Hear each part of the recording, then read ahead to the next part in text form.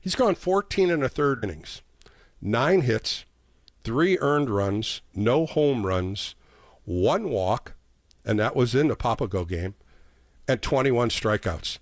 Total dominance. You look at what Landon Roop did. Last weekend, he gave up 5 runs against the Cubs. He comes back and throws 5 innings in Papago, and he punches out 13. And what he's done in spring, he's gone 17 innings, 9 hits, 5 runs. That was the Cub game. 2 walks, 27 strikeouts. This is a great problem for the Giants. No question about it. Giants fans, you got to be looking at this and going, wow, these two guys are electric. The other side, you look at Kyle Harrison, he has struggled. He gave up 5 runs in an inning and a third against the Arizona Diamondbacks in an A game, and it kind of put him behind the 8 ball. He's struggling. Today, he struggled a little bit too. He still threw well. 50 pitches, 35 for strikes. It's pretty good. Gave up a home run, 2-0 count. Gave it up to a good right-hand hitter, Logan Davidson, pounded the ball. But he ended up going 3 innings, 4 hits, couple base hits, a 3-run home run, 2-run home run after he gave up 3 runs total. No walks, 4 strikeouts, 3 ground ball outs, 1 fly ball out. He was up to mid-90s. I was really glad to see the velocity come back on Harrison because that was one of the things that they talked about last year. His velocity was down, 92, 93. What you looking at here in the next 11 days, somebody's going to have to get the 5th spot. Somebody's going to have to maybe be the long man. I know Giants fans, we've talked about this on the weekend shows. Why is Jordan Hicks in the starting rotation when you got these 2 young arms? Well, you got payroll. That's one of the big things. You're going to pay the man.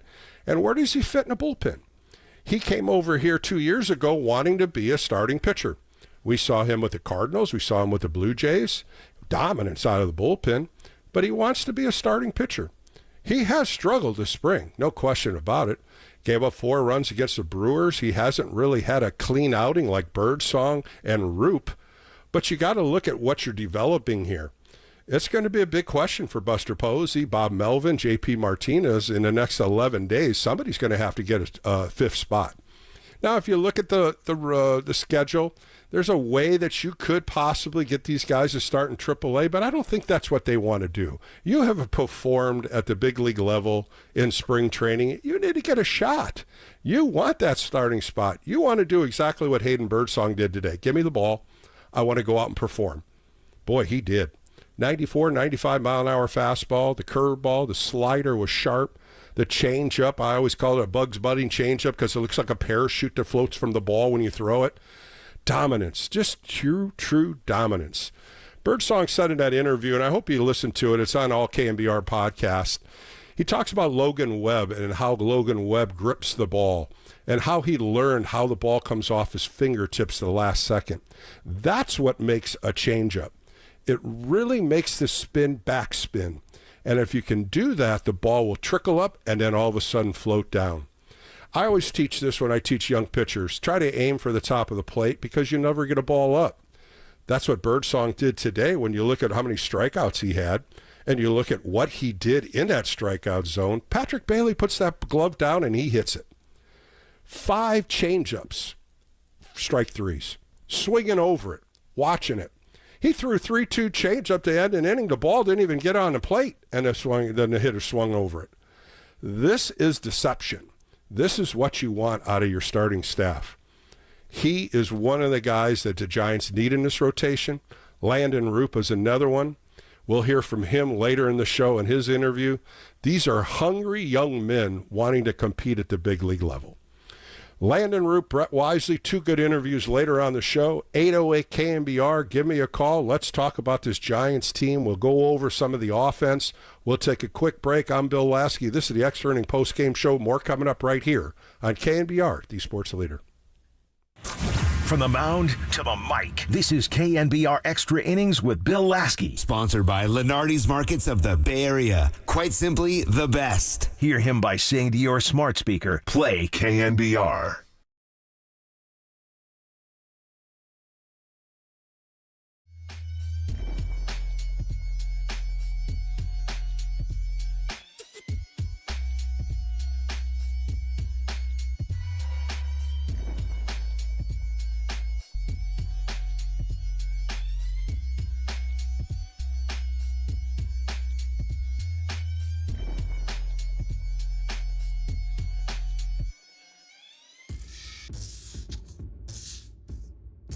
Your financial journey is unique, and Pettinelli Financial Partners is here to help you navigate it with confidence. So whether you're building your future or securing your retirement, their team provides lifelong personal guidance every step of the way.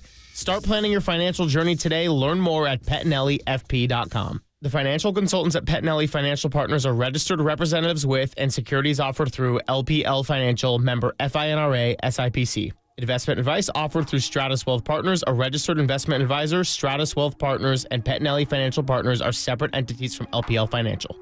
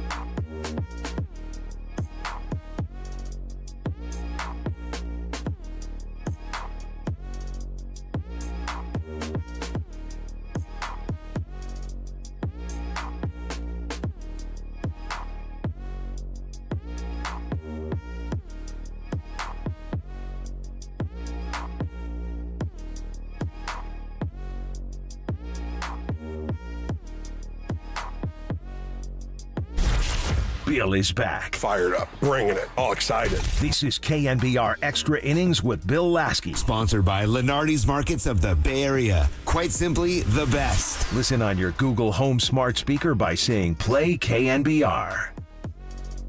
Welcome back to the Extra Inning Postgame Show on a kind of cloudy, overcast day here in Northern California. But before I start my segment here, I got to welcome back my buddy, Danny Dunn, Double D, producing the show. Love him so much. I'm so glad he's back on the KNBR board directing this show, and it's a pleasure always working with Double D. I'm glad he's back here on KNBR. Giants today win 7-3. They're 15-5-3 in the spring. That's right, Giants fans, 11 days from today, opening day in Cincinnati at the Great America Ballpark, where Logan Webb takes the mound against Hunter Green. That game's going to be at 1:10 p.m. Can't wait for the 27th of March. Boy, right around the corner. This Giants team is really playing consistent baseball, the defensive side, as well as the offensive side and the pitching. Today, Hayden Birdsong just threw 5 Pearl innings, 2 hits, no walks, 8 strikeouts. When you look at what he's done this spring, it's just been magnificent. Under a 2-point earned run average. Really, when you look at everything, it's almost under a 1 point when you add in the Papago game. And then you start looking at the bullpen, and I really think Lou Trevino, who is really starting to open eyes up with the San Francisco Giants to try to sneak in this bullpen, he has pitched really well, going 7 1/3 innings, only giving up 3 hits. Today, he walked his first hitter, got a double play after that, and 7 strikeouts. A pitcher that was really fantastic back in the Oakland A's days as a closer. Hurt his arm, he's coming back, and he's still throwing mid-90s. Very impressive so far, and it's going to be a good finish here in the next 11 days on who's going to break this bullpen, as well as we keep quotations, the 5th starting spot. All right, let's get to the phone calls. Got a few calls coming in. 808 KNBR, Love Talk Giants Baseballs. And I know Giants baseball fans are very, very excited about how the Giants are playing. So let's go out to Merced and talk to Sean. Sean, you're on the Extra Inning postgame show on a Sunday. How are you? Yeah, it's good, Bill. I was wondering, I saw the pitching today, and I definitely agree that the pitching will translate from Arizona to San Francisco. I was wondering if you thought that the hitting will translate from Arizona to. Well, the way they're hitting the ball, I just love what they're doing. The less strikeouts, putting the ball in play. As you can see what Bob Melvin does in Scottsdale, he's trying to unite the middle core, and he put Flores' 3 today. Yesterday, he had Chapman in 3 and Ramos at 4. The top of the order, I mean, if he has Ramos leading off, which probably is not going to happen, maybe down the road, but right now, I mean, you got a lot of power at the top of the order, Encarnacion is not going to cover off the ball. What they're doing is they're hitting all parts of the field. I had talked to Wade Meckler in one of my interviews, and he said that's what we're working on. We're working on using the left field line, the right field line, and we're spraying the ball as much as we can. So if a ball's outside, we're pushing it the opposite way. We see that a lot. Chapman does that really well. So does Willie Adames. I think we're starting to see a little bit more of these guys in that middle of the order coming up, trying to get that rally started, trying to move the line. But I don't see any difference. You know, you're sure the ball might be flying out of right field for home runs, but I think this team is really gelling on the offensive side. The defense has been so good, and the pitching side. So right now, Sean, everything's working. It's just getting out of spring training the next 11 days with no injuries. Yeah, when you see the movement on the pitches from the pitchers, in spring training, in this dry air, you know it's going to translate for sure. I'm pretty sure the pitching will translate. What's really tough, Sean, just real quick, it is tough to throw a hard breaking ball in Arizona. It is really difficult. And watching today, Hayden Birdsong had that 12-6 curveball and a slider. And then you look at some of the other ones, they've been slurs. You know, when you look at what some of the Oakland A's pitchers, it wasn't sharp. It is difficult with the breaking ball, but when you mix them in like that, it works. It's right now, everything is working when you look at Hayden Birdsong, and I say 5 pitches because he throws a slow curveball now. The dominance that he performed today was really, really sharp. Yeah, I think Birdsong and Roop will be on the roster. I think Harrison will be down in AAA. But I think right now, if you're looking at numbers, I would have to agree with you.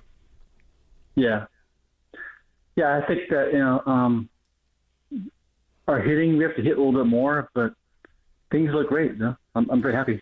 Yeah, I'm real happy with what you were seeing. We got to watch the game today. Last week it was on MLB Network as well as NBC Bay Area. Listening to the game, you just don't see the dominance on, strike 1, strike 2. But today you got to watch it a little bit. I was happy because really, when you had Birdsong and Harrison, those are your 2 young pitchers, and they're both very young.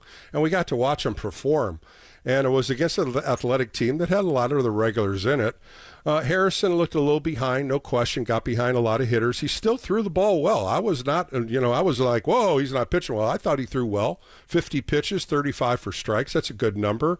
Gave up a 2-run home run. Gave up a ball right down the left field line on Rooker for a run. But other than that, punched out 4, no walks. And this no walk thing, Sean, it's growing. And I think these pitchers are really buying into it. I noticed that we're not facing an NL team until like April 30th. Mm-hmm.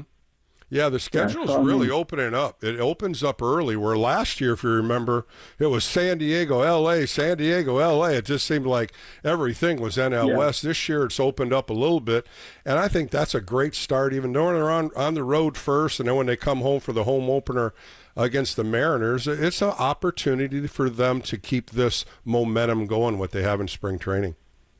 You're seeing more doubles. You're seeing more doubles and more guys moving over, like base running. I think the base running is really good. I really do. And even though Matos got thrown out of third base, I think that's what they want him to do, to try to go first to third on a base hit to left center field. That was a pearl throw. But I don't see Matt Williams mad at all. He was clapping his hands like, good try, good effort. That's what they want to see. That's what they want to do. What have you heard about Hung Loo Lee? Is he okay? Jung Ho, yeah, they just said stiff back, and one of the reasons was he slept on it wrong. And, this is what's good about these trainers, the communication they have. And, you know what, he was probably out stretching today. He was scratched yesterday. Yaz was scratched yesterday. He was in the lineup. Got a nice base hit in that second inning to drive in a run off a lefty. These are all positive things, and you just got to keep looking at them. And I just think Luis Matos is just playing so superior. He's going to make that fourth outfield. He's going to be pushing some players to play because he's played center field today. And I like kind of what they're doing there to try to open up another door to play center field just in case Jung-Hoo Lee can't do it. And if you remember last year, Sean, that was one of the problems they had. Once he went down, they didn't have a center fielder. I was so happy because I found 2 tickets for $9. Awesome, yeah. I can That's drive a good deal right there, pal. And park, pay the BART, $9. That's so You'll fun. be ready to roll, Sean. Put that orange and black on and go in and cheer this team on. But thanks for the call today on a Sunday. I appreciate your time. It's real interesting when you start watching. We get to watch it on TV. Of course, we get to see the hitters and how they're swinging. And you had Dwayne and Hunter talking about them, and Joe Rizzo and John Miller on the radio. It's positive coming out of the announcers. It's a positive momentum just from listening to them, how they're approaching the game. Hunter was talking to some of the hitters, and with all the ex-players there. Buster was on, I hope you heard it, for an inning, and he was talking about that, just listening to other players. And as an ex-player, it is so important to get an advantage, to ask questions. And there's nothing wrong, and there's no stupid question. The more you talk, the more education you get, and that's what Buster Posey's trying to do with all these great players that had some great careers with the Orange and Black. All right, let's go to Mike in San Francisco. Mike, you're on the Extra Inning Postgame Show. How are you today? I'm doing good. Just got home. Pretty cool out there today, but it was nice to catch the first 4 innings of the game and then listen to the rest on the radio. But gotta say, I really like what the difference is between Birdsong, like what he was saying from your interview. He was just trying to throw harder, and he was missing up in the strike zone with the fastball. And this year, everything's nice and down. It's got a downward bite to it even. And the way he flops in that curveball, too, pretty devastating with the Bugs Bunny changeup there. I like it. And I loved what he said when I asked him about Patrick Bailey saying, hey, you can throw any pitch at any time. And he goes, I can. I mean, it was really just flat out, I can. And that's confidence right there from a 23-year-old. He loves Patrick Bailey. He loves what that connection is, and that's what you want out of your catcher. Because if you have it and you have that one-on-one and you're asking him, what's the next pitch? What's the next pitch?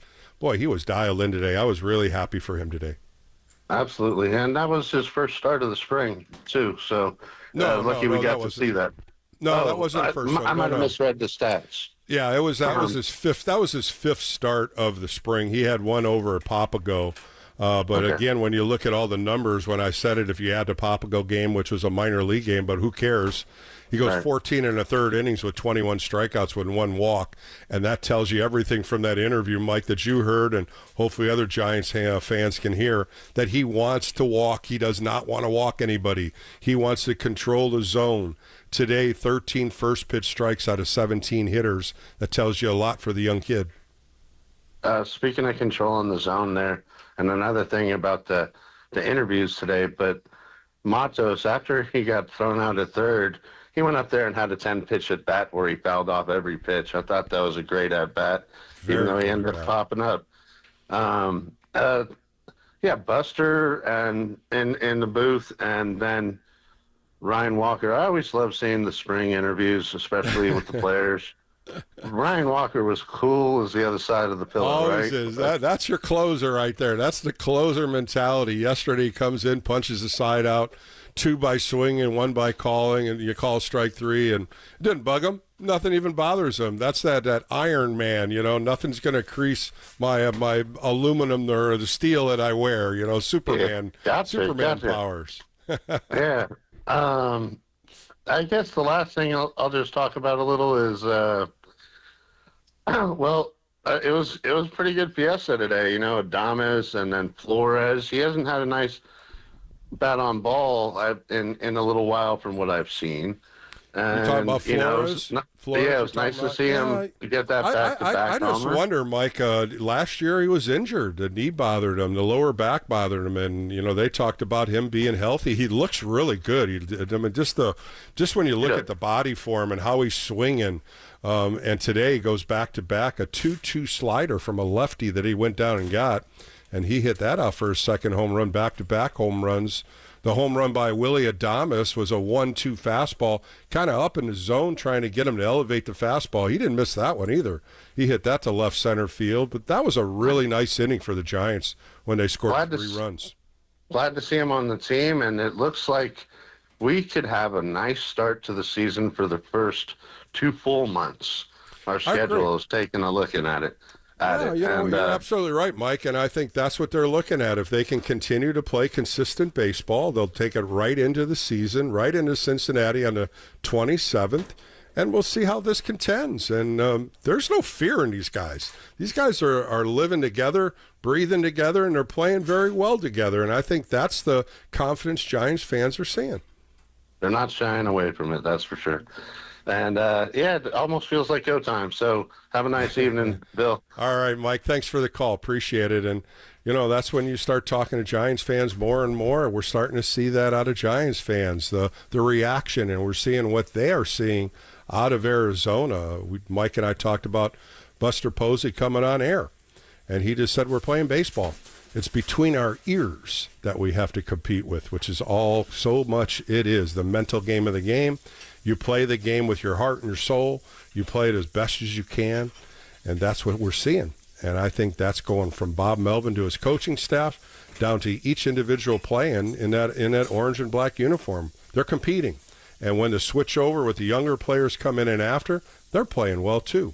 Max Stassi's another guy. Here's an opportunity for a 32-year-old catcher who's been injured to try to make this team a non-roster catcher, and he goes out and hits a bomb to right field, comes up in the 8th inning, runner on third, Brett Wisely, who I've been interview with him later today. He got a nice base hit. He hits a double down a left field line. A nice 2-for-2 day for Max Stassi with 2 RBIs, and you got to make him happy about that because he's out there competing. He wants to make that backup role behind Patrick Bailey. You got Sam Huff on the other side is also competing. But these two guys are both one of them's going to win the battle, and that's what's going to happen in the next 11 days. 808 KNBR, if you want to get on the phone lines, got a couple on hold. Don't go anywhere. We're going to take a quick break on the Extra Inning Postgame Show. I'm Bill Laskey. This is KNBR, the sports leader.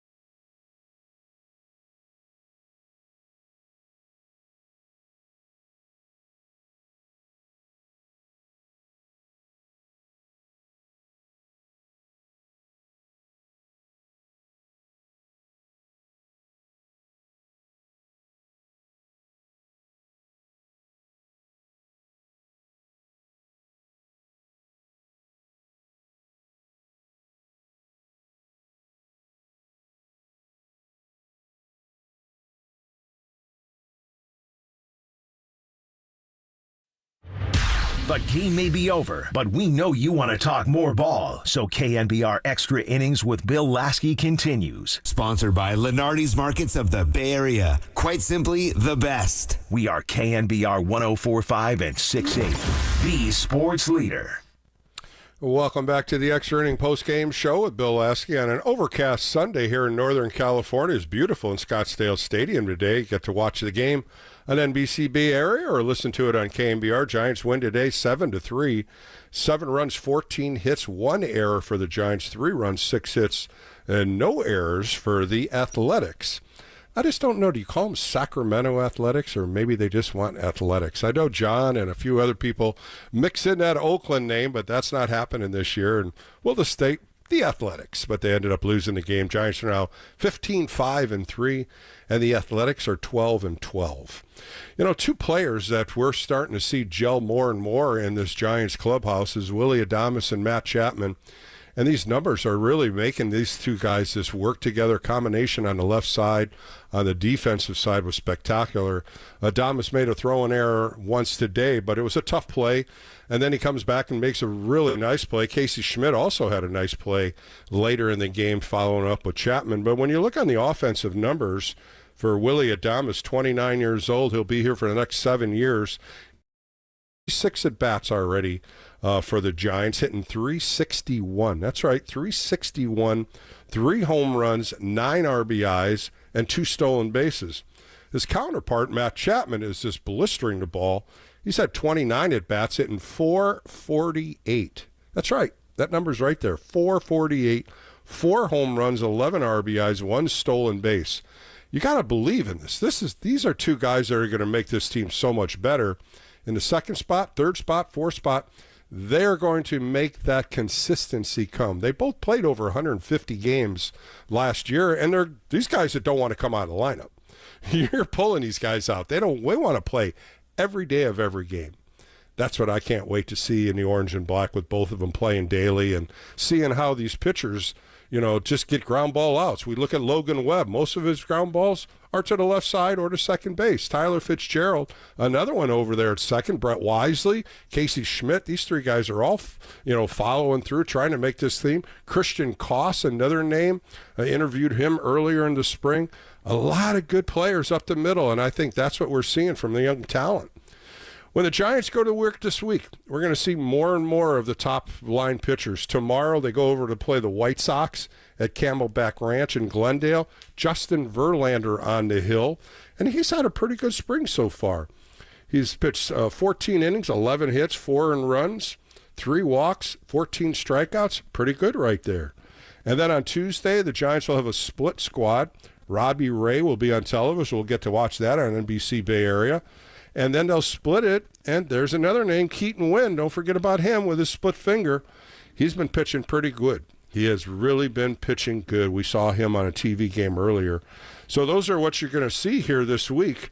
Now you look at Robbie Ray. Of course, he included that changeup and what he's learned from it, and it's just been masterful. He's gone 13 2/3 innings, 7 hits, 2 earned runs, 1 walk, 23 strikeouts. That's right, 23. And it's mostly because of the changeup. When you got a guy throwing hard like Robbie Ray, you always hear him grunting. You always hear him overachieving, trying to throw everything 95. Now you mix in a changeup, that's why you're getting 23 strikeouts. Hitters don't see it. Hitters aren't aware of it. They'll try to get aware of it. They'll try to look at film, but until you get up to the plate and you see him throwing 95, 96, maybe a little higher than that, and all of a sudden he's dropping an 89-mile-an-hour changeup, you don't have a chance. And that's what he's learning from this pitch. All these pitchers are starting to throw other pitches. J.P. Martinez, Garvin Alston, I tip my hat to both of them. They are teaching these pitchers to use more pitches. It's such a good weapon for you as a pitcher to have something new, something the hitters don't know about. Logan Webb throwing a cutter, throwing a slow curveball. Justin Verlander, 42 years old, throwing a slow curveball. Robbie Ray throwing a changeup. This is awesome for the staff. Awesome. And today, Hayden Birdsong, fastball, curveball, slider, slow curveball, and unbelievable, and I keep saying the Bugs Bunny changeup because it just makes hitters look foolish. All right, 808 KNBR if you want to get on the phone lines. Landon Root, Brett Wisely up. A couple great interviews as we get on with the show. Let's go out to Rick and talk to Rick and Hayward. Rick, you're on Extra Inning post-game show on a Sunday. How are you? I totally disagree with everything you do. I'm just kidding. I know you are. There's nothing there but all positives for you, Rick. All right. I am going to throw a little water on the fire. I'm listening.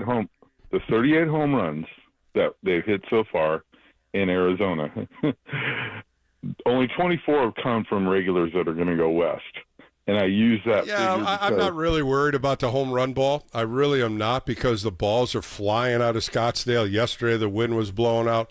I'm looking at batting averages. I'm looking at runs scored, how they're doing on the bases. That's the solid part of the offense. And they're hitting over 300 right now as a team. Home run balls, you know what? Some of those balls are going to hit the bricks. Some of the balls are going to hit the wall. But I just look at what they're doing on the field defensively, as well as scoring runs, and they're doing that very successful. Okay, but almost half the runs they've scored in spring have come from home runs. So, I mean, a lot of people are using this. I just saw something on Facebook, one of the Facebook posts that I belong to. Oh, they're 15-5. Is that going to translate to the regular season? And a lot of people think it is.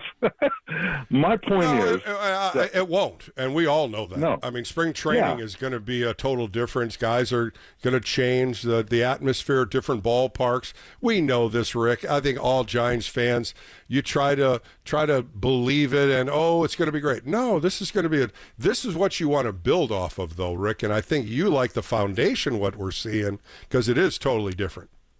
Oh, yeah, it is. I mean, I agree with you. I think it is going to come down to pitching, defense, and timely hitting, and that is going to be how they get to the playoffs. It isn't going to be because of the home run. No.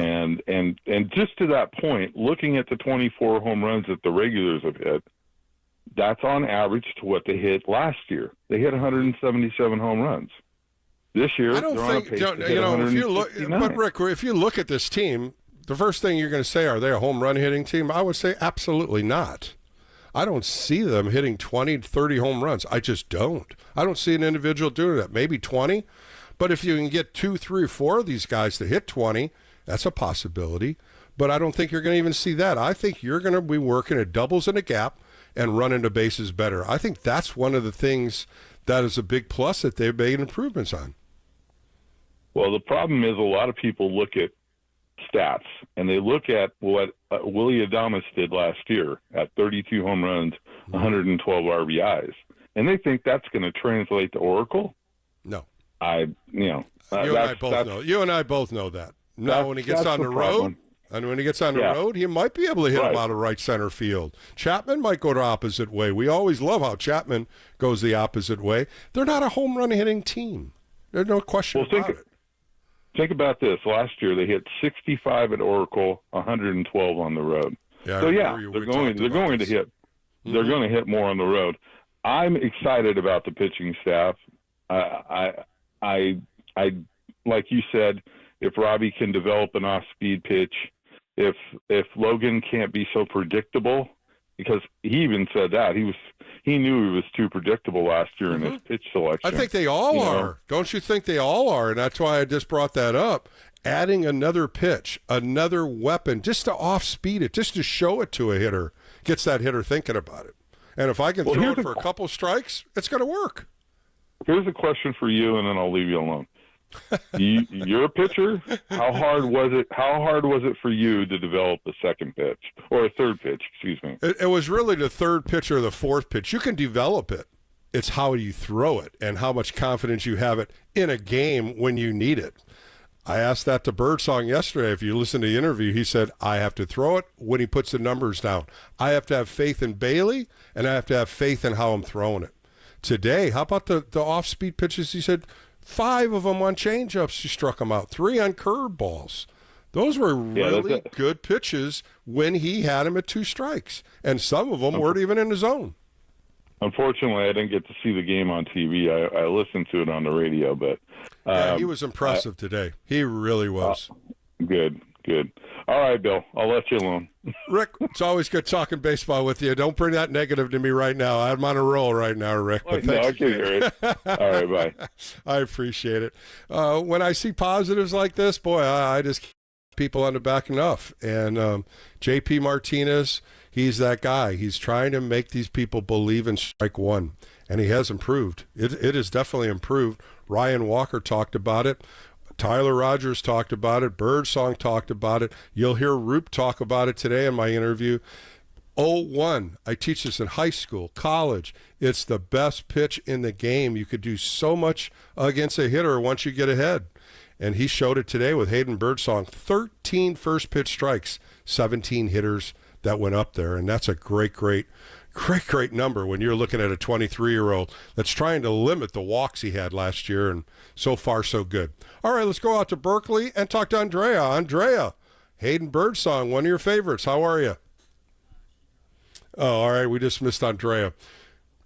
All right, when we talk about some of these young pitchers, Landon Roop, another one that's developed a couple more pitches. And I keep talking about my interview with him because he's really showing the maturity of adding a cutter and adding another pitch of a changeup. And he has another devastating curveball, and he's got a sinker, the two-seam sinker that goes away from a lefty, also stays down in the zone for ground balls. He's adding 2 more pitches. It's just like, Rick just said in Hayward, how hard is it to throw it? Well, it's not to throw it. It's the confidence when to throw it. I think that's going to be the big deception of all these young pitchers when they get runners on. Can I go to that 3rd or 4th pitch and use it? Can I do this when I'm struggling a little bit on the mound? That's what we're going to find out. Because once you're going, and we saw Hayden Birdsong today, once you got the feel of every pitch, it's like, I'm comfortable, I'm confident, put the number down, I'm throwing it. And we saw that out of him today when you look at 60 pitches and 44 of them were strikes. This is what we want to see out of a 23-year-old. And he talks about deception. He has it. And I think the deception, big part of it, is where the ball comes out of his hand. When you look at the release point of any pitcher, that's where every pitch should come out. It shouldn't be dipped a little bit or higher or lower. Hitters see that, and they do. And then coaches see it. You see it on film. You see it on different ways to approach the different pitchers. If you can keep everything the same in your motion, the hitter doesn't see it. Then it's up to the hitter to find the ball and try to make contact. If the pitcher dips it, if he holds the ball differently, then everything changes, and a hitter picks that up. All right, let's go to Rick in Lafayette. Rick, you're on the Extra Inning postgame show on a Sunday. Hope you're well. What's going on? Hi, this is Rob from Lafayette. I hope you're doing well. Hey, I'm doing good, Rob. Thanks for the call today. Yeah, I love your show, first of all. I really do. I mean, you just always ground us. I'm so excited about this. I'm so excited about the team this year. Just a little worried about the bats. I know we're doing well, and it's been going good. But early in the spring training, they were talking about going after some more bats. I'm just wondering if you think we have enough. Well, and that was one of the questions I had in the spring. I just said, Wilmer Flores, Lamont Wade Jr., Encarnacion, those are really the 3 bats that I questioned, and I still do. Can they play at a consistent level on the offensive side? Wilmer Flores was hurt most of the year. Lamont Wade Jr. had hamstring issues. Can we rely on Encarnacion to hit like he's doing? Those 3 guys right there are going to tell you a lot right there, Rob, because they are weighing a lot of the offense on 3 guys that really haven't proven themselves in a complete year. Wilmer Flores did it a couple years ago. Today he hit a nice bomb. But can you look at these 3 guys when you're going at the top of the pitching staffs of all the National League and American League? Are they going to be able to produce? That's going to be my question as the season continues, and to see if they can do what the Giants need them to do. Yeah, I think if we get Lamont back, he was so good at the beginning of last season. Boy, if we could get him back to where he was then, we'd be in good shape, I think. Oh, I believe so. Like I said, if you want an extra bat, those are the question marks I would have on the offensive side. Right now, they're all doing well. Don't get me wrong, but can you push that into a contending competition against some of the greatest pitchers in Major League Baseball? Today, Encarnacion turned on a Miller pitch, who was one of the best pitchers for the Athletics, and he hit a double to right center field. A fastball about 100 miles an hour. He turned on it. I'd love to see that. Love to see more of that. He's been hitting the ball extremely well for the Giants. I can see him being the DH. I can see Lamont Wade being the left-handed DH. I think Wilmer might get some more work at first base. What would you like the Giants to do? Do you think they need another hitter in this lineup? I tend to think so. Maybe I'm just being pessimistic, but do you think all trading is done at this point? No, you never see it trading at the end, because some guys get DFA'd. Some guys will want to try to get traded. You might see a guy get on a waiver wire that you think, hey, this guy's got some spark in his bat. I just don't know if Buster's ready to do that in picking up other bats. It's really going to see what they have. You know, I always talk about the whiteboard. In every manager's office, there's a whiteboard with all the names. And as you start cutting down to go to minor leagues, that whiteboard starts coming down, as we all know it does. And then you start justifying, what can he do? What can he do? I think Luis Matos is going to be a big surprise for the Giants this year. I think he's going to be really, really having a solid season. I look at him as a spark off the bench. Casey Schmidt's another one that's having a great spring. He could possibly come off the bench. Brett Wisely, a left-handed second baseman, I think he may complement Fitzgerald. But then you start looking at the depth of the team. Where's the depth going to come back? You don't have really a solid backup catcher. You're going to put a lot of energy into Bailey behind the plate.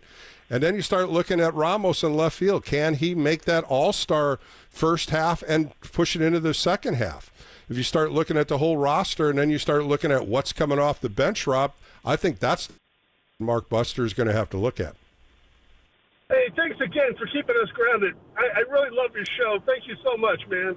Rob, I appreciate the call. Always a pleasure. Call in. We could talk more baseball as the season goes on. Hey, let's go out to Queens, New York, and talk to Mark. Mark, how are you out on the East Coast? Now that spring is here, my birthday month, April, 70. Happy birthday. 72 years young, right, Mark? 72 years young.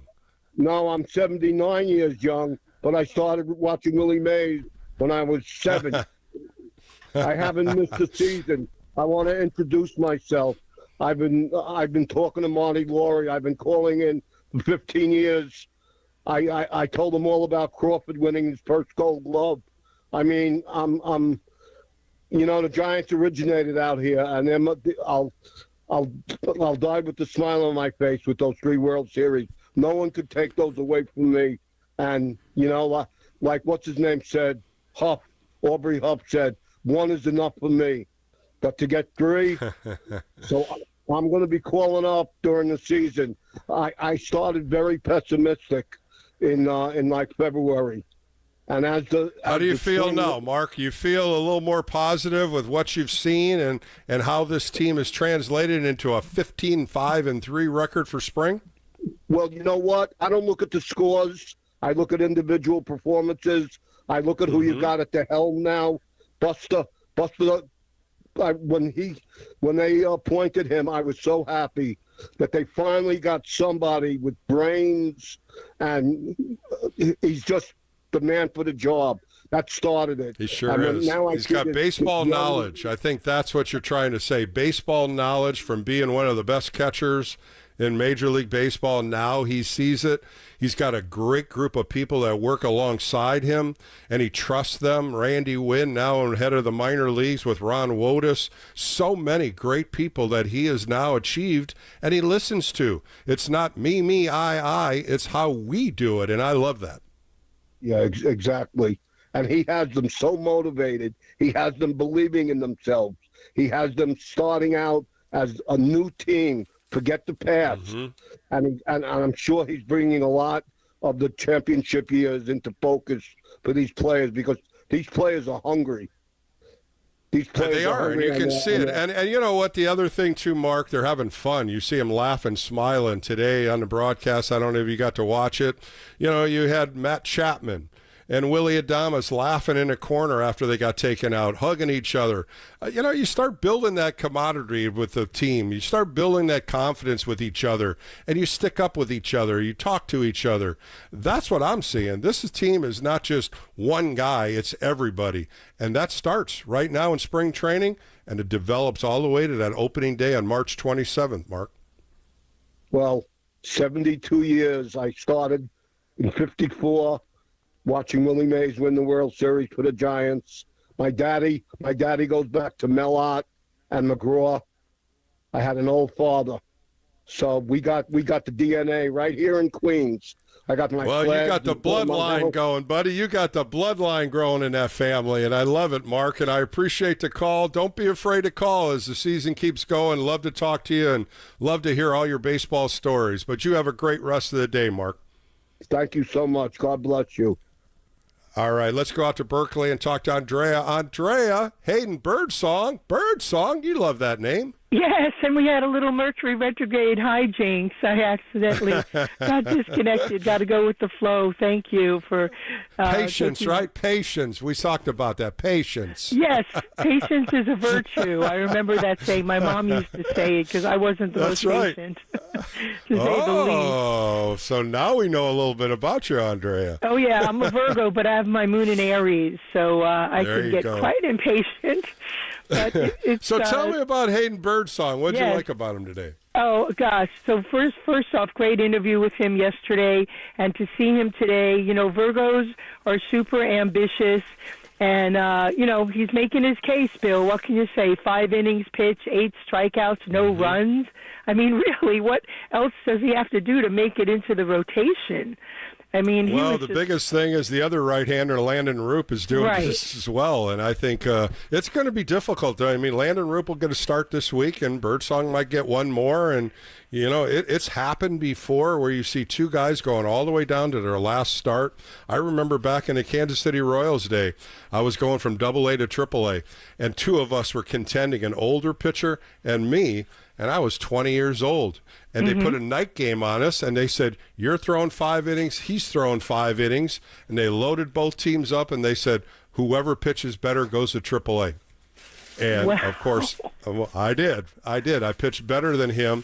The hard part of it, though, in baseball, at the end of the game, we're all in the locker room. Everybody's congratulating me. And he was upset. He was crying in his locker. And I'll never forget going over to him and giving him a hug and saying, dude, you know, it was just one of those ways. And that's how sometimes baseball is. And sometimes you win, sometimes you lose. But I never forget that. I never forget that. And that's kind of what's happening right now in the Giants clubhouse with these guys competing against each other. Right. It's almost like a good problem to have. It's like an embarrassment of riches that we have so many really powerful pitchers, you know, that can make the rotation. And right now with Birdsong, Jupiter, expansion, abundance to his Saturn, strong-willed, positive aspect.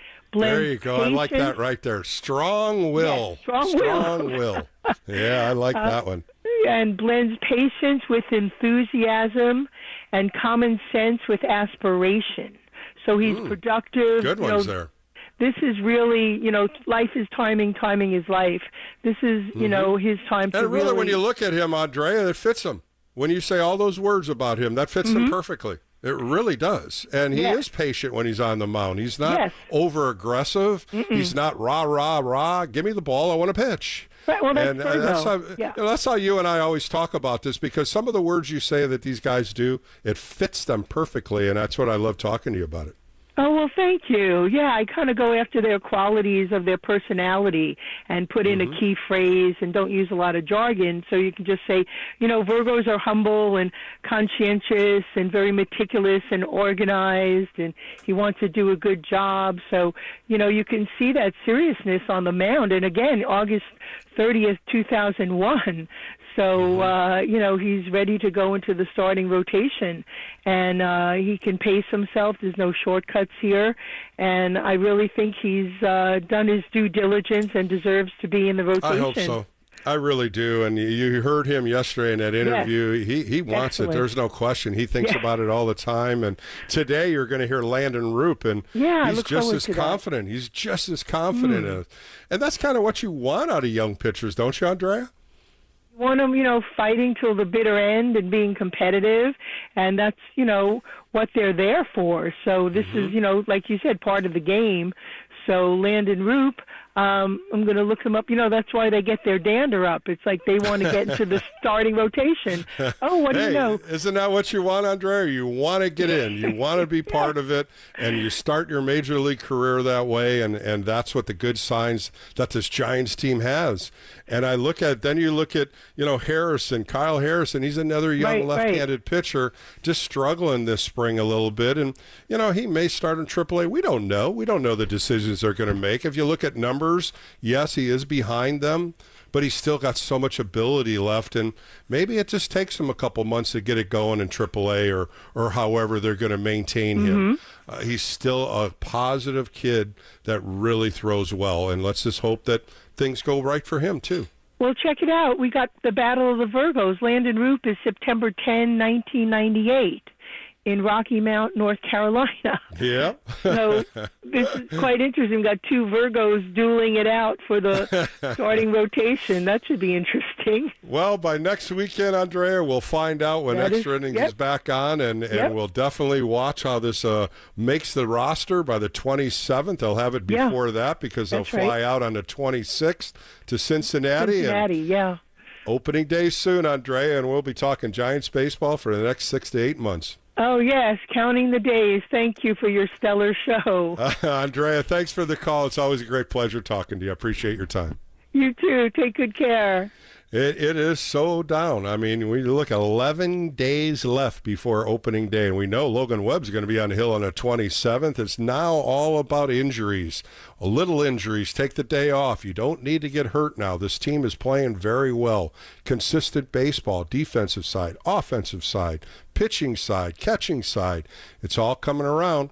There's going to be a lot of decisions being made. There's a lot of players that are still in the mix here, and there's a few that are going to be out of options, and I think that's going to be a disappointing time for some of the players if they get DFA'd or they get released and now they have to pick up on another team. And it's just a tough time when you look at some of those players, and they're good players. So, you know what? It's baseball. This is Major League Baseball. It's not minor league baseball. This is Major League Baseball. 25 spots. That's how they make this team on March 27th. 25. That's it. And we'll find out how this team finishes out. 11 days left. So, you know what? I had a good chance to talk to one of the players that are really contending here, Brett Wisely. Had him on last year, had a good year with him last year. A good left-hand hitter, sprays the ball all across the field. Got a nice base hit today after he fouled off about 4 or 5 pitches. And so I caught up with him this week and wanted to hear what he was thinking as spring training slowing down. All right, I'm Bill Laskey. This is Extra Innings. Brett Wisely coming up next right here on The Leader, KNBR.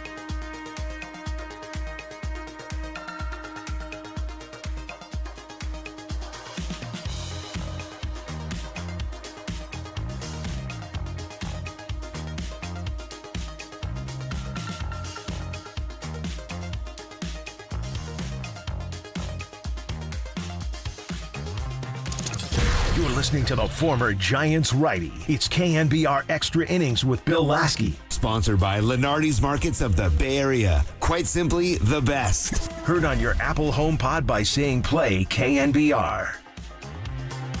Welcome back to the Extra Inning Postgame Show with Bill Laskey. Honored to have a guest on once again. He was on the show last year. He ended up being in 91 games for the Orange and Black in the 2024 season and really is doing fantastic in 2025 spring training. Let's bring in Brett Wisely. Brett, how are you today? Good. Thank you for having me. Thanks for having me on, Brett. 2025 spring training, we're almost halfway through it. What were some of the thoughts you had coming into spring training, and what were some of the goals you had?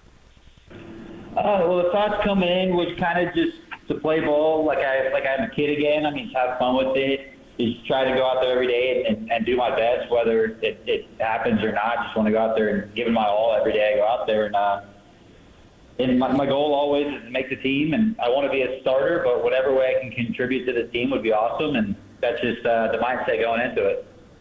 Well, defense is a big part of your game. You've played different positions besides second base, some shortstop, first base, even at once last year.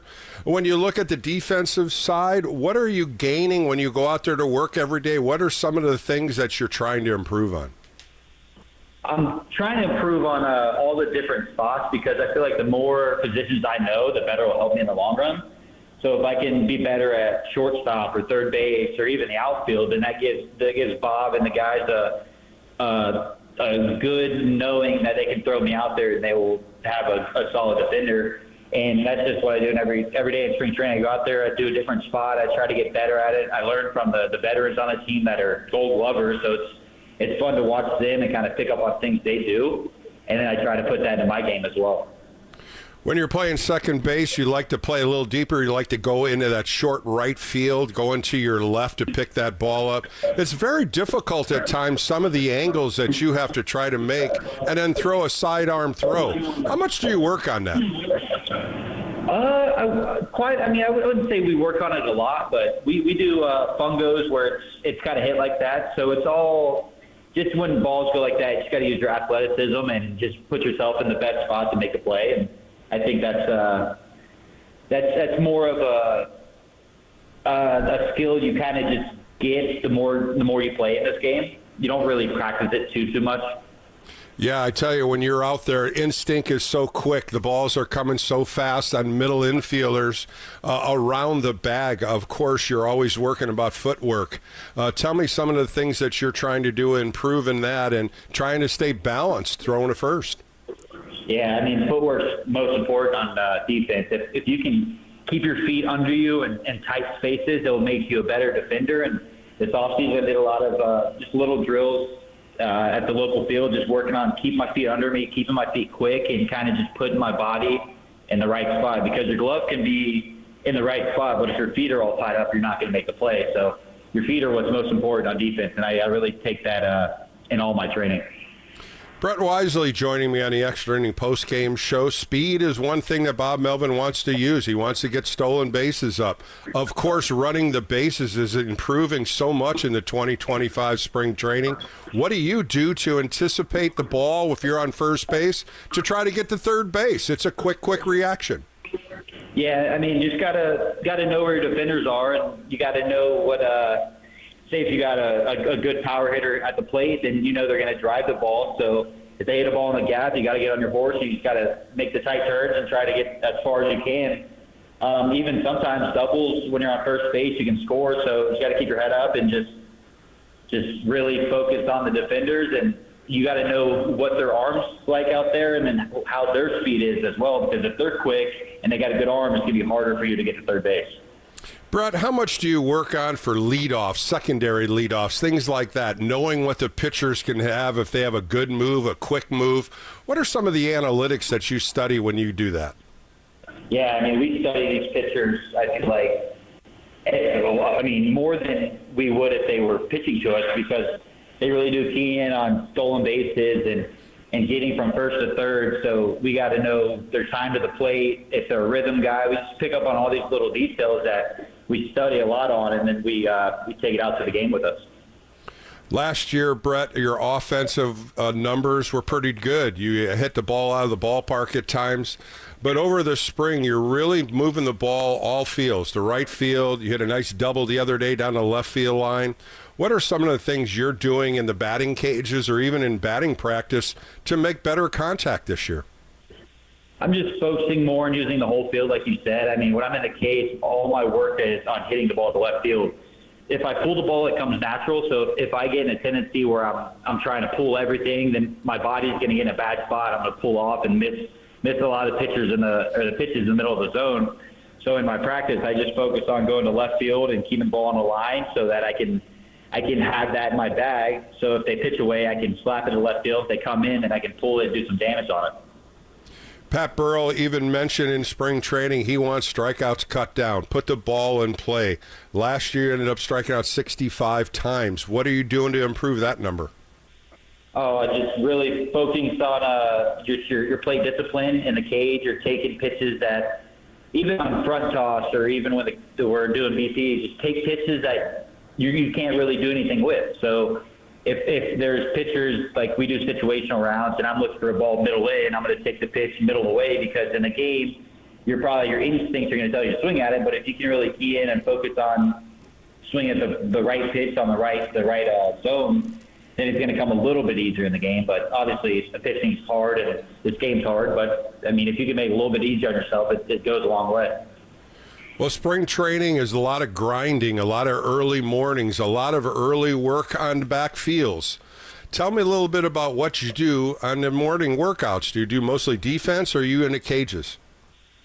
We start in the cages early in the day, about 7:30. We get in the cage. We do our routine. We focus on stuff that we need to improve on with our swing, whether it's mechanical, whether it's just the mental side of it. And then we go out, we stretch, and then we do a lot of defense after that. And then we'll do our BP, and then we'll get ready for the game that day. One of the things that Bob Melvin wants to talk about all the time is defense. We've talked about it a little bit before in this conversation, and you guys are playing so well on defense. And I want to talk about cut and relays. Those are things that he really wants to improve on, to get out there, to get the ball from the outfield and really try to cut some of these runners down. How much do you guys work on that, and is that a daily routine for you? I would say we work on it about 3 or 4 times a week, and that is a big focus on it, because if we can, in our ballpark, it's so big out there in right center, or even when the wind's blowing in, it feels like a big park. So if we can keep those runners like a double, keeping them at second base instead of letting them get a third, or keeping the runner that on first base when he hits in the gap, we can make it so he doesn't score, to give our pitchers a little bit of a leeway so that they can go back in there and battle and get out of it without giving up a run. Brett Wisely joining me on the Extra Inning postgame show for a few minutes more. And, you know, we always talk first. We always talk some of the first things that happen in Major League Baseball. Your first hit came off April 21st, 2023. The pitcher you got a hit off was in camp. Do you remember that? Honestly, no, I don't remember that. Joey Laskey, you got the first hit off of. There you go. He's right in your locker room. Yeah, I have to talk to him about that. All right, let's go to the other one. First home run. That also happened in 2023. Do you remember that one? I do remember the home run, but I honestly have no idea who I hit it off of. It was against the Milwaukee Brewers. Tyson Miller, a right-hander. You hit it right out to right field. You popped that one pretty good. What about, you know, when you start thinking about first and a lot of things in baseball, what are some of the first thoughts you had when you first got to the big leagues, that first day when you walked in that clubhouse? Oh, I mean, the nerves were through the roof. I mean, that's your dream as a kid growing up. You grind through the minor leagues. You grind all the way up till you get here. And honestly, it kind of, the whole day flew by. It happened so quick that I feel like I don't remember exactly how it went. But it's obviously, I mean, it's great to be up here. It's great to work hard and watch how everybody works up here so that you can better yourself. And hopefully I can keep improving and maybe stick up here and play for a long time. Couple more questions with Brett Wisely on the Extra Inning postgame show. You had a first over the winter. You got engaged. Let's tell the fans how that came about. And I saw a great picture about you on one knee popping that question. And, of course, your beautiful fiancée, Mary, said yes. Yeah, it was I was trying to plan it the whole off season, but everything I kind of threw out there to her sister, to her family, they kind of were like, I don't know if she liked that. So she actually planned a trip for me, her, and her sister and her boyfriend to go down to St. Augustine, Florida, just for the night, and kind of just go down there, have dinner, and check out the lights because it was around the holiday season. So I was like, she planned the trip. Let me try and see if I can't get her family down there. So her family drove down from Atlanta. My family went down there, and I surprised her. And her sister was in on it, and it all worked well. So it was a great night. Well, those things always happen once. Let's hope so. Let's put it that way. Wedding date set yet? No, we haven't picked a date yet. She's out here with me in spring training. She'll be out here all year. So we have a whole year to discuss kind of what we want to do. I think we want to try something at the end of this year, if not early January, but we haven't really decided yet. What's some of the favorite restaurants you've gone through in Arizona while you're down there? Oh, we love cold beer and cheeseburgers. It's a spot with really good burgers. They got a whole menu for it, and their beer is pretty good as well, so I can't complain on that. But there's a lot of nice burgers. You got hand cut down here. You got culinary dropout. Really, anything around the Scottsdale area you can't miss. You know, Brett, you and I talked last year, and you love music, and we talked a little bit about it. What did you do over the winter? Did you go to any concerts, or did you see anything new? No, we did. We actually did go to a concert. The winter was kind of flew by in a sense. I have a big family in Jacksonville, so we all get together. 3 of my brothers have kids now, so we all got to hang out with them and watch them grow up. So it's just fun hanging out with the family and enjoying them while I got some time at home. Well, Brett, it was an honor once again having you on. It's always a pleasure talking baseball with you, and I want to wish you the best of luck of finishing out the spring training. Thank you. I appreciate that, and I appreciate you guys having me on. That was Brett Wisely on the Extra Inning postgame show. More coming up right here on KNBR, the Sports Leader.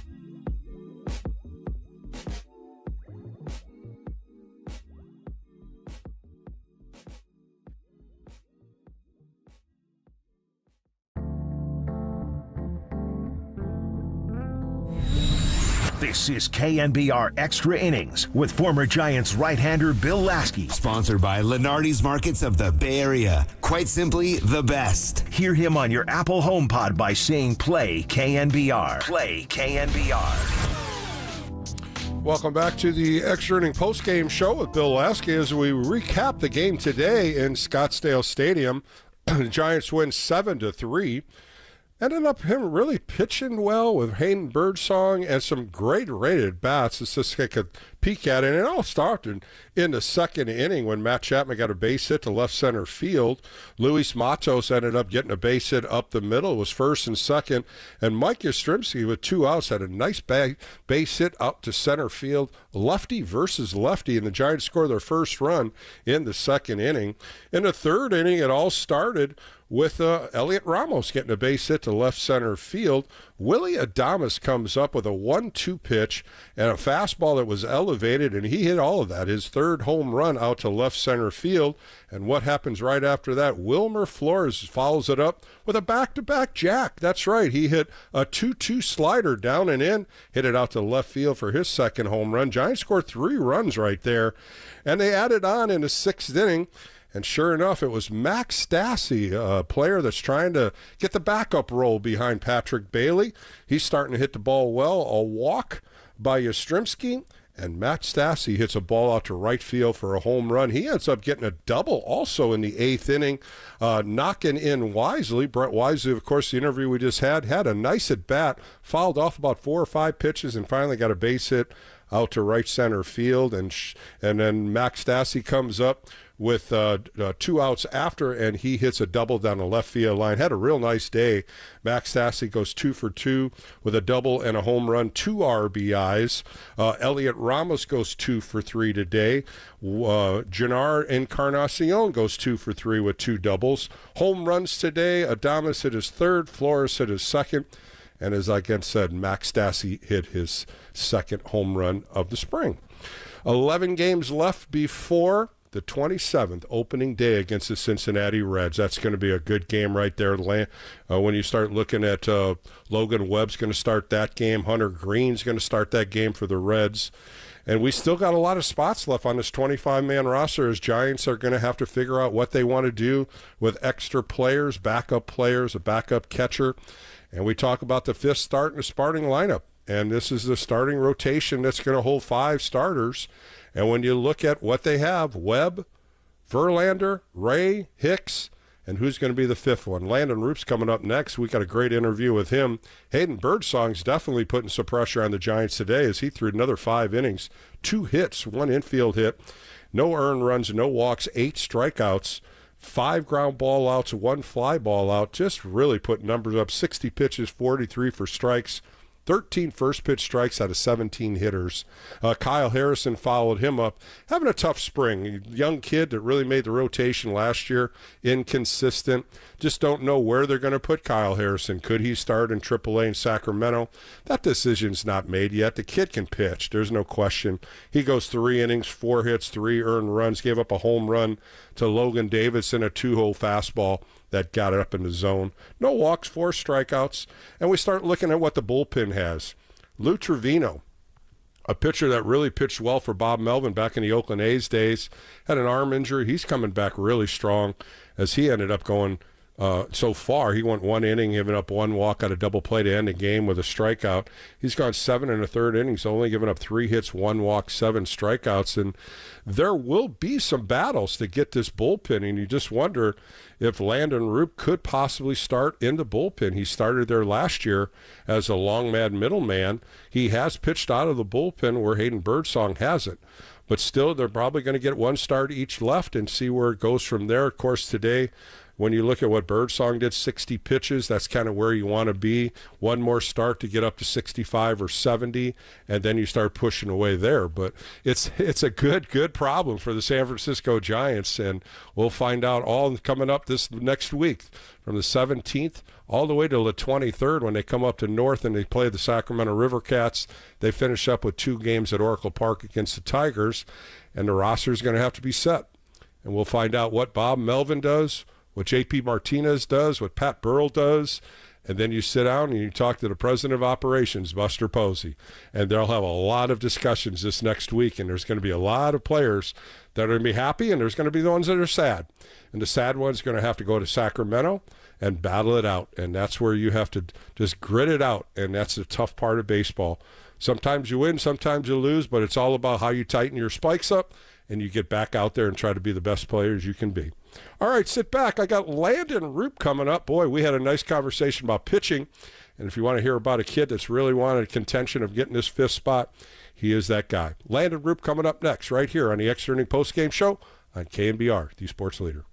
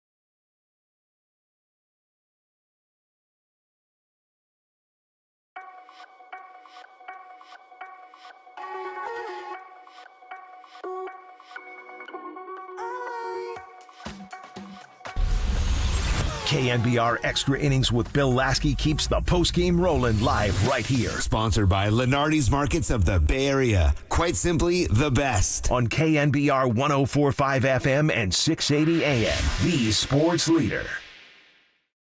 Welcome back to the Extra Inning postgame show with Bill Laskey.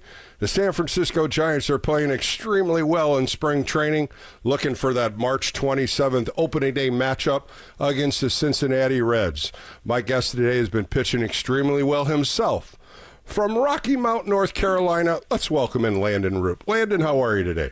I'm doing well. Can't complain. How are you guys? I'm good, Landon. Hey, let's just talk about this Giants team really playing consistent baseball. The pitching has been stellar. The defense and the offense is kicking in. What do you think about this team so far? Yeah, man, it's been incredible to watch. It's just, I think I've heard it from multiple guys this spring, whether it's players, coaches. It just seems like a complete different vibe this year. Everybody's playing well. We're playing hard baseball. Guys are hitting it, making the plays, and throwing strikes. Everybody looks to be where we need to be. So I'm really excited about this year, and can't wait to actually get the season rolling. I think a lot of Giants fans feel the same, Landon. Let's talk about you. Over the winter, you did a little workouts. You added a couple pitches. Tell us a little bit about your arsenal right now. Yeah. Obviously the two-seam, the curveball, those are my mainstays. But this year, last year, kind of was talking to JP and BP about just adding some pitches, and one was a four-seam, and then I got to spring training and kind of wanted to throw a cutter, and I'd worked on it a little bit during the off season, but was really just trying to get my arm in shape and get ready to get out here. And then, get out here and, it's full go, bullpens and everything. So it's real time to work on it. And, just talking to guys, talking to Webby, talking to, G, our bullpen coach, just about different things and the grips and all that. And the cutter and the changeup have been huge for me this spring. Just whether it's a swing and miss or just a strike pitch or just keeping the guys off balance or keeping them off my curveball, as I've said, they're I think for me is going to be a big game changer for me in the starting rotation if that's where I'm at, even in the bullpen. I think it's going to help me just in all. Well, the work you put in over the winter, and as much as you're doing with Garvin Alston on the different grip of the cutter, it gives you another pitch against left-handers besides just that sinker and curveball. I'm sure that's why you developed that pitch, to give those hitters one more thought of what could be coming. Yeah, no doubt. And going into the cutter, it was more so just like as I said, like a show pitch. I wasn't thinking it was going to be a pitch that I can, throw 15 to 20% of the time, maybe a little less. But I think the way I'm feeling with it right now, I think it can be a true, swing and miss pitch for me off my two-seam and still a strike pitch. So I'm really excited about it and just ready to keep working on it. And, also the changeup, it's gotten 10 times better. So I'm excited about both those pitches. That voice you hear on the Extra Inning postgame show is Landon Roop. Let's talk a little bit about that changeup. You talked about Logan Webb helping you with the grip and also the same arm slot. You were saying it kind of comes out the same arm slot, and we know Logan Webb has one of the best changeups. How are you gripping that ball? Is it the okay, or is it a different type of grip? Yeah. First off, Webby's changeup, it's crazy. I don't know if I've ever seen anything like it, but I wish I could mirror his pitch into mine, but I kind of was just talking to him, like you said, we're same arm slot, kind of the same pitcher, other than I got a curveball and he throws a nasty slider. But I just went up to him one day. I was like, dude, how do you hold your changeup? I just need a grip. That's all I need. I don't need you to tell me anything else. I just need a grip. I just need you to show me a grip. And he showed it to me, and I threw it once, and I was like, I don't know if that's going to work, because I've said it multiple times, things that work for him aren't going to work for me, and this, that, and the other. But I spun it a little bit in my hand and got it a little deeper and took my pinky off of it, and it just like I threw that one. I was like that. I knew right then when I threw that first one. I was like, that's the one I'm sticking There it with. is. Yeah. And now it's just becoming like a feel thing, just having confidence in throwing it in the zone and not worried about the outcome of it. So, but yeah, I mean, like I said, I'm super excited about it and think it's going to play a huge part in my year and the coming years. Well, Landon, you just said the magic word, confidence in the new pitches. It's difficult taking not just one pitch, but two pitches out on the mound to compete against big league hitters, as well as having a confidence to throw it at different times of the counts. Is it more or less, I'm throwing it now, I have confidence in it? What tells you when to throw it and when not to throw it? Yeah, that's a great question. I think so. The beginning of last year, like I've always had a changeup, but it's never been to what it is now. So, and I think a lot of that was confidence in it. So like if I'm pitching and Patty calls a changeup, instantly my head went in the beginning of the season like I was questioning it already, if that makes sense. Mm-hmm. Which if you're already questioning the pitch, you don't need to throw it because that just shows that there's no confidence in it. And then now when I hear changeup, I'm just throw it in my grip and I go. Like there's no second guessing it at all. So I think that plays a big part in it. Just knowing that you can throw it and get a good outcome. So, and to big league hitters, I mean, you've seen it. They're good. They know how to hit. They know how to react to what you're throwing and make adjustments. So it's just keeping them off balance and learning how to, mix up your pitches, mix up your rhythm, stuff like that. So, but yeah, I'm looking forward to it. Landon Roop joining me for a few more minutes on the Extra Inning postgame show. Let's go with the two pitches that got you to the big leagues last year. You came out of the bullpen. You made the opening day roster. Let's talk about that sinker and that 12-6 curveball. How well do those play intact? And those are your arsenal. Those are the 1-2 pitches you can go to at any time. Yeah, the two seam is kind of my I would say it's the pitch. If my two seam's on, everything's on. Let's just put it that way. If I'm locating my two seam, I got my curveball and I got my changeup. I got my cutter. That plays a big part in my rhythm and my timing. So the two seam for me is. It's not so much of a strikeout pitch. It's more of like a still a strike or a weak ground ball and stuff like that. But you do see some swing and miss every now and then, which kind of makes me smile. But the curveball is, I would say, my bread and butter. It's just developed over time to where when I release it, I know where it's going, and there's no doubt in my mind that I can throw it at any time, at any place, against any hitter, and get a good outcome on that pitch. So having that just keeps me locked in, keeps me confident in myself to be in the big leagues, to pitch in the big leagues against these guys, and in making the team last year. Coming out of the bullpen was definitely different for me, and having that pitch in the two seam just really helped me. And early on, my two seam wasn't really. It was there, but it wasn't a strike pitch for me. Mm-hmm. So I think a lot of guys just sat on that curveball, which this year they won't be able to do that because I got two extra ones. So they better be ready. Landon, on that curveball, it's a 12-6 spin. It really is a tight spin. Can you off-speed that pitch? Can you take a little bit off and maybe get a little more bite at the end of that curveball? Yeah, so when I'm throwing a backdoor curveball to a lefty, I definitely try to take some off of it to get the more downward, so it doesn't come back into the plate. It just kind of stays on that outer rail.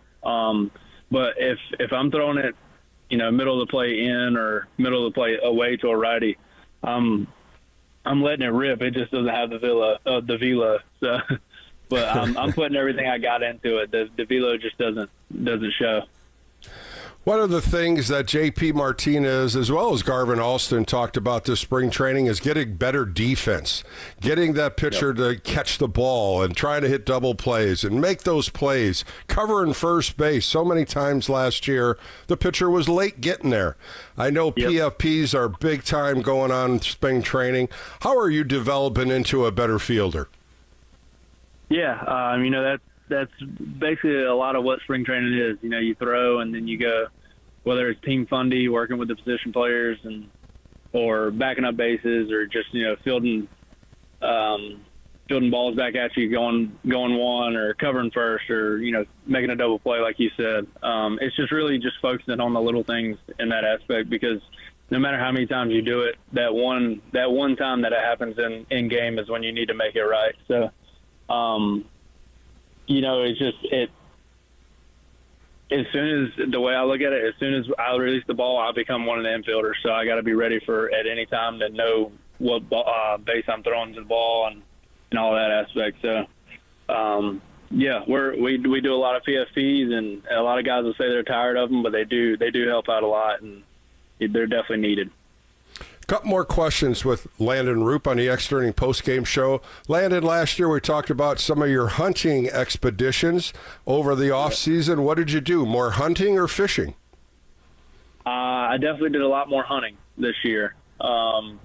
Didn't come out as great as last year. was still in that black bear, but I did a lot of watching this year. Some deer I want to kill next year. Or harvest next year. I'm looking forward to that. But, hunting's not just about the harvesting the animal for me. It's just about being out in, God's creation and just relax and taking your mind off everything. It's one of the few places that I can go and not have to worry about what's going on in the world. Just sit in peace and relax and take my mind off everything. So it's one of my favorite places to be. I told my girlfriend the other day I would sleep out there if I could. But like I said, this past hunting season wasn't the best for me, but I'm totally okay with that because I enjoyed just being out in the woods. Landon, last one for you. Expectations for the 2025 season. I know you want to get that fifth-man starting spot. I think you really want to pitch in the big leagues. You're capable of doing that. What are some of your expectations going into this season, and how are you going to try to gain them? My expectations are exactly what you just said, to be in the big leagues and be that fifth guy. And that's just, continue to do what I've been doing this spring and continuing to work on those two extra pitches and refine those two I'm already more confident in. And just being consistent. I think being consistent in the big leagues is the reason why you stay. And health. Health is a huge thing for me too, because the past few years I've had a couple injuries that have kept me off the field, and there's nothing worse than watching your friends play and not being able to be out there. So my expectations are just, for us to, win it all. I think we have a really good chance to be in the playoffs this year and go far in it. So I'm looking forward to that, and I'm looking forward to the team we got. And, I can't wait. It's going to be awesome. Well, Landon, I appreciate your time today talking about yourself in spring training. We wish you all the luck. I'm talking about Giants fans as myself, and hoping to see you on that third base line in Cincinnati when opening day is on March 27th. Same here. I appreciate it, guys. Thanks for having me. That was Landon Roop on the Extra Inning postgame show. More coming up right here on KNBR, the sports leader.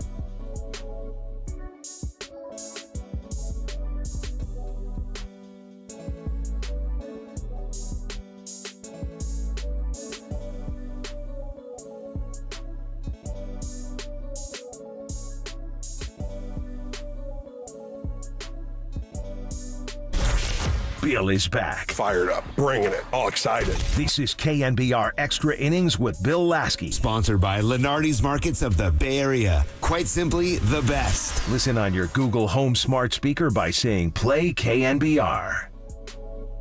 Welcome back to the Extra Inning Postgame Show with Bill Laskey as we close out a Sunday. In Scottsdale, Arizona, the Giants beat the Athletics 7-3. 7 runs, 14 hits, 1 error for the Giants. 3 runs, 6 hits, no errors for the Athletics. 3 home run balls.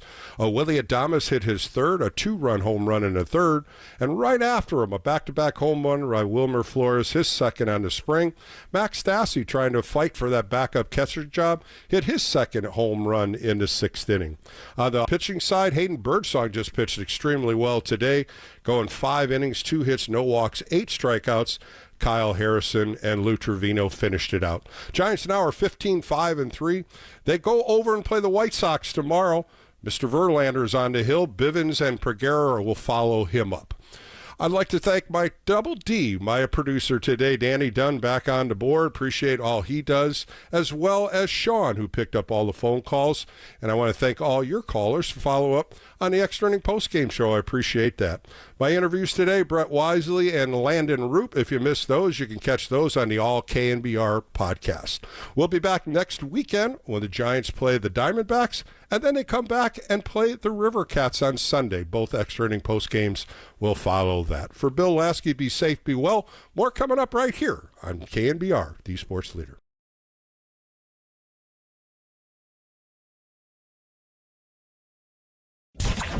It's another great outing for the righty on your home of San Francisco Giants baseball. KNBR 104.5 and 680, the Sports Leader. Play KNBR on iHeartRadio.